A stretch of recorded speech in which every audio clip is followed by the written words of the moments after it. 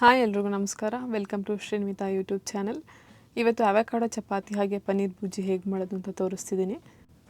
ಯಾರಿಗೆಲ್ಲ ಪನ್ನೀರ್ ಇಷ್ಟ ಇಲ್ಲ ಅಂಥವ್ರು ಈ ಥರ ಪನ್ನೀರ್ ಬುರ್ಜಿ ಮಾಡ್ಕೊಂಡು ತಿಂದು ನೋಡಿ, ತುಂಬ ಇಷ್ಟ ಆಗುತ್ತೆ. ಇದನ್ನು ಚಪಾತಿ ಮತ್ತು ರೋಟಿ ಜೊತೆ ಸರ್ವ್ ಮಾಡ್ಕೋಬೋದು. ಮೊದಲಿಗೆ ಒಂದು ಪ್ಯಾನ್ ತೊಗೊಂಡು ಅದಕ್ಕೆ 1 ಟೇಬಲ್ ಸ್ಪೂನ್ ಎಣ್ಣೆ ಹಾಕಿ, ಎಣ್ಣೆ ಬಿಸಿ ಆದಮೇಲೆ 1 ಸ್ಪೂನ್ ಜೀರಿಗೆ ಹಾಕ್ಕೊಳ್ಳಿ. ಜೀರಿಗೆನ ಸ್ವಲ್ಪ ಫ್ರೈ ಮಾಡ್ಕೊಂಡಾದಮೇಲೆ ಇದಕ್ಕೆ ಕಟ್ ಮಾಡಿರುವಂಥ ಆನಿಯನ್ ಹಾಕ್ಕೊಳ್ಳಿ. ಇದನ್ನು ಅರ್ಧ ಕಪ್ ತೊಗೊಂಡಿದ್ದೀನಿ, ಅಂದರೆ 1 ಮೀಡಿಯಮ್ ಸೈಜ್ ಆನಿಯನ್ನ ಚಿಕ್ಕದಾಗಿ ಕಟ್ ಮಾಡಿ ಈ ಥರ ಹಾಕ್ಕೊಳ್ಳಿ. ಇದು ಸ್ವಲ್ಪ ಹೊತ್ತು ಫ್ರೈ ಆದಮೇಲೆ ಇದಕ್ಕೆ ಜಿಂಜರ್ ಗಾರ್ಲಿಕ್ ಪೇಸ್ಟ್ ಹಾಕಬೇಕು. 1 ಸ್ಪೂನ್ ಶುಂಠಿ ಬೆಳ್ಳುಳ್ಳಿ ಪೇಸ್ಟ್ ಹಾಕ್ಕೊಂಡು ಅದು ಹಸಿ ವಾಸನೆ ಹೋಗೋವರೆಗೂ 1-2 ನಿಮಿಷ ಫ್ರೈ ಮಾಡ್ಕೊಳ್ಳಿ ಆಯಿಲಲ್ಲಿ. ಇದು ಸ್ವಲ್ಪ ಫ್ರೈ ಆದಮೇಲೆ ಇದಕ್ಕೆ 3/4 ಕಪ್ಪು ಕಟ್ ಮಾಡಿರೋಂಥ ಟೊಮ್ಯಾಟೊ ಹಾಕ್ಕೊಳ್ಳಿ. ಚಿಕ್ಕದಾದರೆ 2, ದೊಡ್ಡದಾದರೆ 1 ಸಾಕಾಗುತ್ತೆ. ಚಿಕ್ಕದಾಗಿ ಕಟ್ ಮಾಡಿ ಹಾಕ್ಕೊಳ್ಳಿ. ಇವಾಗ ಲಿಡ್ನ ಕ್ಲೋಸ್ ಮಾಡಿ 1-2 ನಿಮಿಷ ಬೇಯಕ್ಕೆ ಬಿಡಿ.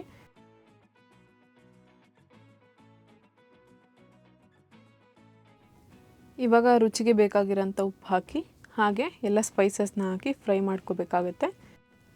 1/4 ಸ್ಪೂನ್ ಅರಶಿನದ ಪುಡಿ, ಅರ್ಧ ಸ್ಪೂನ್ ಚಿಲ್ಲಿ ಪೌಡರ್, ಹಾಗೆ 1/4 ಸ್ಪೂನ್ ಜೀರಿಗೆ ಪೌಡರು, 1/4 ಸ್ಪೂನ್ ಗರಂ ಮಸಾಲ ಪೌಡರ್ನ ಹಾಕಿ ಆಯಿಲಲ್ಲಿ ಸ್ವಲ್ಪ ಹೊತ್ತು ಫ್ರೈ ಮಾಡ್ಕೊಳ್ಳಿ, 1-2 ನಿಮಿಷ. ಇದೆಲ್ಲ ಆಯಿಲಲ್ಲಿ ಫ್ರೈ ಆದಮೇಲೆ ಇದಕ್ಕೆ 1/4 ಕಪ್ ನೀರು ಆ್ಯಡ್ ಮಾಡಿ ಇದನ್ನು ಲಿಡ್ನ ಕ್ಲೋಸ್ ಮಾಡಿಬಿಟ್ಟು ಬಾಯ್ಲ್ ಆಗಿಬಿಡಿ. 2-3 ನಿಮಿಷ ಬಾಯ್ಲ್ ಆಗಬೇಕು. ತಿಂದು ಬೇಜಾರಾಗಿರೋರು ಇದನ್ನು ಟ್ರೈ ಮಾಡ್ಬೋದು, ಡೆಫಿನೆಟ್ಲಿ ಇಷ್ಟ ಆಗುತ್ತೆ. ಇವಾಗ ಲಿಡ್ ಓಪನ್ ಮಾಡಿ ಪನ್ನೀರ್ ಹಾಕಬೇಕು. ನಾನಿಲ್ಲಿ ಪನ್ನೀರನ್ನ ತುರಿದಿಟ್ಕೊಂಡಿದ್ದೀನಿ. ನೀವು ತುರಿದಾದರೂ ತುರ್ಕೋಬೋದು, ಇಲ್ಲಾಂದರೆ ಕೈಯಲ್ಲೇ ಸ್ಮ್ಯಾಶ್ ಮಾಡಿ ಕೂಡ ಹಾಕ್ಕೋಬೋದು. ಇದು 100 ಗ್ರಾಮ್ ಪನ್ನೀರ್ ಇದೆ. ಇವಾಗ ಇದನ್ನು ಟೊಮ್ಯಾಟೊ ಜೊತೆ ಮಿಕ್ಸ್ ಮಾಡ್ಕೊಳ್ಳಿ ಚೆನ್ನಾಗಿ. ಇದು ಕಂಪ್ಲೀಟಾಗಿ ಮಿಕ್ಸ್ ಆಗಬೇಕು.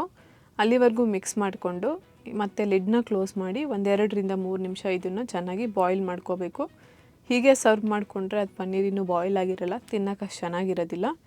ಸೊ 1-2-3 ನಿಮಿಷ ಬಾಯ್ಲ್ ಮಾಡ್ಕೊಳ್ಳೇಬೇಕು. ಲಾಸ್ಟಲ್ಲಿ ಸ್ವಲ್ಪ 1/4 ಭಾಗ ನಿಂಬೆಹಣ್ಣು ಹಿಂಡ್ಕೊಳ್ಳಿ. ಹಾಗೆ ಲಾಸ್ಟಲ್ಲಿ ಕೊತ್ತಂಬರಿ ಹಾಕ್ಕೊಂಡು ಸರ್ವ್ ಮಾಡ್ಕೊಳ್ಳೋದಷ್ಟೇ. ತುಂಬ ಸಿಂಪಲ್ಲು, ಖಂಡಿತ ಟ್ರೈ ಮಾಡಿ ನೋಡಿ. ಇವಾಗ ಇದ್ರ ಜೊತೆ ಚಪಾತಿ ಹೇಗೆ ಮಾಡೋದು ಅಂತ ನೋಡೋಣ ಬನ್ನಿ. ನಾನಿಲ್ಲಿ ಅವಕಾಡೋ ಚಪಾತಿ ಮಾಡ್ತಿದ್ದೀನಿ. ಕೆಲವೊಬ್ಬರು ಅವಕಾಡೋ ತಿನ್ನೋಕ್ಕೆ ಇಷ್ಟಪಡೋದಿಲ್ಲ, ಈವನ್ ಮಕ್ಕಳು ಕೂಡ ಇಷ್ಟಪಡೋದಿಲ್ಲ. ಅಂಥವ್ರಿಗೆ ಈ ಥರ ಚಪಾತಿ ಮಾಡಿಕೊಡ್ಬೋದು, ತುಂಬ ಸಾಫ್ಟಾಗಿರುತ್ತೆ. ನಾನಿಲ್ಲಿ 1 ಅವಕಾಡೋ ತೊಗೊಂಡಿದ್ದೀನಿ. ನಿಮ್ಮ ಮನೇಲಿ ಎಷ್ಟು ಜನ ಇದ್ದಾರೆ ಅದ್ರ ಮೇಲೆ ನೀವು ತೊಗೊಳ್ಳಿ. ನಾನಿಲ್ಲಿ ತೋರಿಸೋ ಥರ ಓಪನ್ ಮಾಡಿ ಸೊ ಈಸಿಯಾಗಿ ಪೀಲ್ ಮಾಡ್ಬೋದು. 1 ಅವಕಾಡೋಗೆ 3-4 ಚಪಾತಿ ಆಗುತ್ತೆ. ನೀವು ಎಷ್ಟು ಬೇಕಷ್ಟು ನೋಡಿ ಹಾಕ್ಕೋಬೋದು. ಇಲ್ಲ ನಿಮ್ಮ ಹತ್ರ ಒಂದೇ ಇದೆ ಅಂದರೆ ನೀವು ಹಿಟ್ಟು ಜಾಸ್ತಿ ಹಾಕ್ಕೊಂಡು ಸ್ವಲ್ಪ ನೀರಲ್ಲಿ ಕೂಡ ಕಲಿಸ್ಕೋಬೋದು. ಇವಾಗ ಅವಕಾಡೋನ ಈ ಥರ ಕೈಯಲ್ಲಿ ಸ್ಮ್ಯಾಶ್ ಮಾಡಿಕೊಡಿ, ಇಲ್ಲ ಫೋರ್ಕು ಸ್ಪೂನ್ ಯೂಸ್ ಮಾಡ್ಕೊಳ್ಳಿ. ನಾನಿಲ್ಲಿ 3/4 ಕಪ್ ಗೋಧಿ ಹಿಟ್ಟು ಯೂಸ್ ಮಾಡ್ತಾಯಿದ್ದೀನಿ. ಹಿಟ್ಟನ್ನ ಹಾಕ್ಕೊಂಡು ರುಚಿಗೆ ಬೇಕಾಗಿರೋಂಥ ಉಪ್ಪು ಹಾಕ್ಕೊಂಡು ಇದನ್ನು ಮಿಕ್ಸ್ ಮಾಡ್ಕೋಬೇಕಾಗುತ್ತೆ. ನಾನಿಲ್ಲಿ ಯಾವುದೇ ಥರದ ನೀರು ಆ್ಯಡ್ ಮಾಡ್ತಾಯಿಲ್ಲ, ನನಗೆ ತೊಗೊಂಡಿರೋಂಥ ಅವಕಾಡೋನೇ ಸಾಕಾಗ್ತಾಯಿದೆ. ನಾನು ಹೇಳಿದ್ನಲ್ಲ, ನಿಮ್ಗೇನಾದರೂ ಜಾಸ್ತಿ ಬೇಕು ಅಂತ ಹೇಳಿದ್ರೆ ನೀವು ಹಿಟ್ಟು ಜಾಸ್ತಿ ಹಾಕ್ಕೊಂಡು ಸ್ವಲ್ಪ ನೀರು ಹಾಕ್ಕೊಂಡು ಕೂಡ ಕಲಿಸ್ಕೋಬೋದು, ತೊಂದರೆ ಏನಿಲ್ಲ, ಚೆನ್ನಾಗೇ ಬರುತ್ತೆ ಚಪಾತಿ. ನೋಡಿ ಈ ಥರ ಸಾಫ್ಟಾಗಿರಬೇಕು ಚಪಾತಿ, ಆ ಥರ ಕಲಿಸ್ಕೊಳ್ಳಿ. ಇವಾಗ ಇದ್ರ ಮೇಲೆ ಎಣ್ಣೆ ಹಾಕ್ಕೊಂಡು ಇದನ್ನು ಸ್ವಲ್ಪ ಚೆನ್ನಾಗಿ ನಾದ್ಕೊಳ್ಳಿ ಮತ್ತೆ ಒಂದು ಸಲ. ಅದಾದಮೇಲೆ ಒಂದು 15-30 ನಿಮಿಷ ಇದನ್ನ ಬಿಟ್ಬಿಡಿ. ಹಾಗೆ ಏನಾದರೂ ಒಂದು ಕ್ಲೋಸ್ ಮಾಡಿಬಿಟ್ಟು ಒಂದು 15-30 ನಿಮಿಷ ಚೆನ್ನಾಗಿ ನೆನೆ ಹಾಕಬೇಕು. ಆವಾಗಲೇ ಚಪಾತಿ ಸಾಫ್ಟಾಗಿ ಬರೋದು, ಇಮಿಡಿಯೇಟಾಗಿ ಮಾಡೋಕ್ಕೆ ಹೋಗ್ಬಿಡಿ. ನಾನಿಲ್ಲಿ 30 ಮಿನಿಟ್ಸ್ ನೆನೆ ಹಾಕಿದ್ದೆ.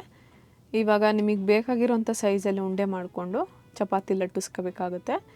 ನಾನಿಲ್ಲಿ ಲೇಯರ್ಡ್ ಚಪಾತಿ ಮಾಡ್ತಿರೋದ್ರಿಂದ ಇದ್ರ ಮಧ್ಯಕ್ಕೆ ಮತ್ತೆ ಎಣ್ಣೆ ಹಾಕ್ಕೊಂಡು ಮಡ್ಚ್ಕೊಂಡು ಲಟ್ಟಿಸ್ಕೊತಾ ಇದ್ದೀನಿ. ನಿಮಗೇನಾದರೂ ಲೇಯರ್ಡ್ ಬೇಡ ಅಂತ ಹೇಳಿದ್ರೆ ಒಂದೇ ಸಲ ರೌಂಡಾಗಿ ಲಟ್ಟಿಸ್ಕೋಬೋದು. ಅವಕಾಡೋದಲ್ಲಿ ಹೆಲ್ತ್ ಬೆನಿಫಿಟ್ಸ್ ತುಂಬ ಇದೆ. ಎಸ್ಪೆಷಲಿ ಮಕ್ಕಳಂತೂ ಅವಕಾಡೋ ತಿನ್ನೋಕ್ಕೆ ಇಷ್ಟಪಡೋದಿಲ್ಲ ಅಷ್ಟೊಂದು, ಇವೊಂದು ಜ್ಯೂಸ್ನು ಕೂಡ. ಸೊ ಅಂಥವ್ರಿಗೆ ಈ ಥರ ಮಾಡಿಕೊಟ್ರೆ ಹೆಲ್ತ್ ಬೆನಿಫಿಟ್ಸ್ ತುಂಬ ಇರುತ್ತೆ. ಸೊ ಈ ಥರ ಮಾಡಿಕೊಡಿ ಒಂದು ಸಲ, ಮತ್ತೆ ನೀವೇ ಮಾಡ್ತೀರಾ. ತುಂಬ ತೆಳುವಾಗೋ ಲಟ್ಟಿಸ್ಬೇಡಿ, ತುಂಬ ಗಟ್ಟಿಯಾಗೋ ಲಟ್ಟಿಸ್ಬೇಡಿ. ನಾನು ತೋರಿಸ್ತಿದ್ದೀನಲ್ಲ ಅಷ್ಟಿದ್ರೆ ಸಾಕಾಗುತ್ತೆ. ತುಂಬ ಮೃದುವಾಗಿ ಬರುತ್ತೆ, ತುಂಬ ಸಾಫ್ಟಾಗಿರುತ್ತೆ.